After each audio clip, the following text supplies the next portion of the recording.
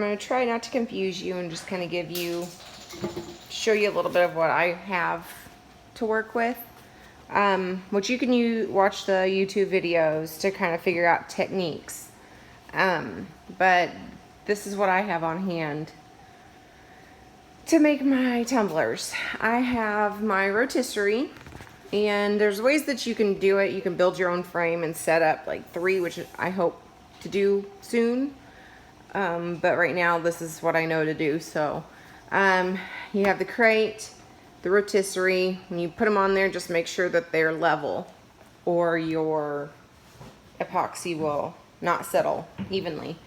I have a football just from the Dollar Tree that I put on the end, and that holds my cups. That will hold the big ones or the coffee cup ones.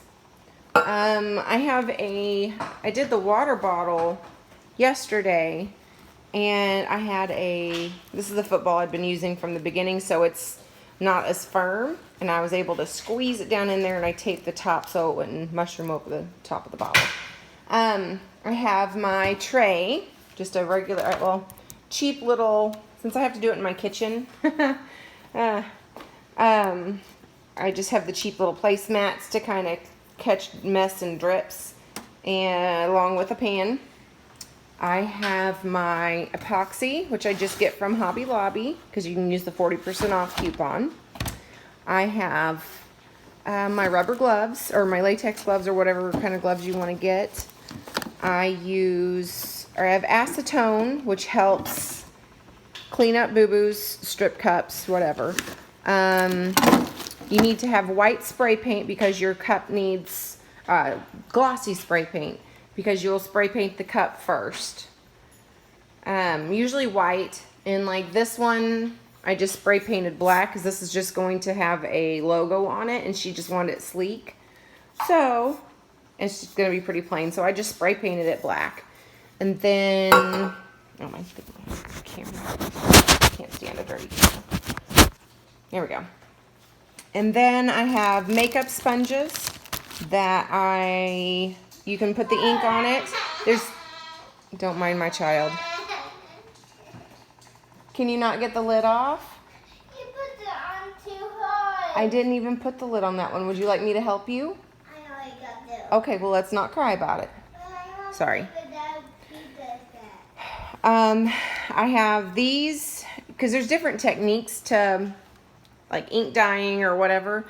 One of them is dabbing, and which was what I did to get this, because you can dab the ink on and then put alcohol on on one of those pads and dab it, and it makes the colors just kind of spread.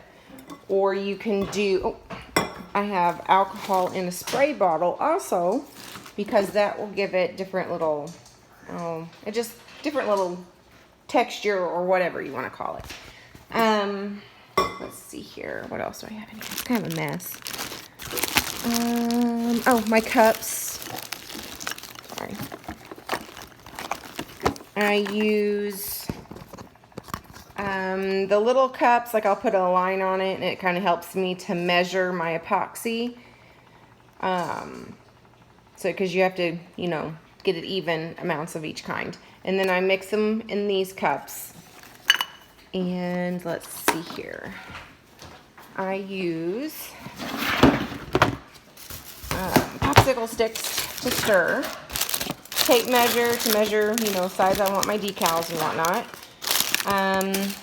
Sandpaper, because I kind of finish, after I'm done with everything, I'll kind of sand around the top rim of it to just clean it up. And then I'll take alcohol and kind of wipe everything off. And then I have alcohol inks. I can't put it down. He's extra whiny today. I don't understand it. Anyway, sorry. I have alcohol inks. Tide, you're going to have to stop. You can wait a minute and I will help you. I am so sorry, Stephanie. Alcohol inks. These are good for the dabbing method. You can just do drips into an epoxy. If you epoxy the cup first, you can just drip it. And it does different, or it looks different, or you can even dye your epoxy with these. And then I have a little bit of India ink. It's not good for dabbing. It doesn't really, I tried it, it does not work. But you can dye your epoxy or do the drip method with it. And let's see here, Mod Podge for the glitter cups.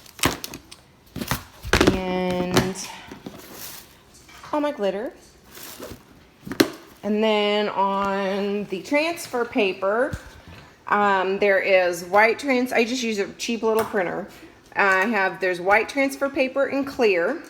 The white transfer paper is good for images like this. You have to be able to cut the lines. You have to cut it out right along the image.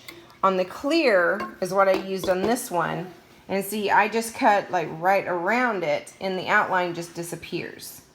So, like, I wouldn't use the white on this because I wouldn't want to cut out every eyelash or every star or every letter. So that's where the clear comes in handy, but it has to be on a lighter colored background or it won't show up. And then I'm going to step outside. It's pissing and pouring, but I want to show you what else you have to have.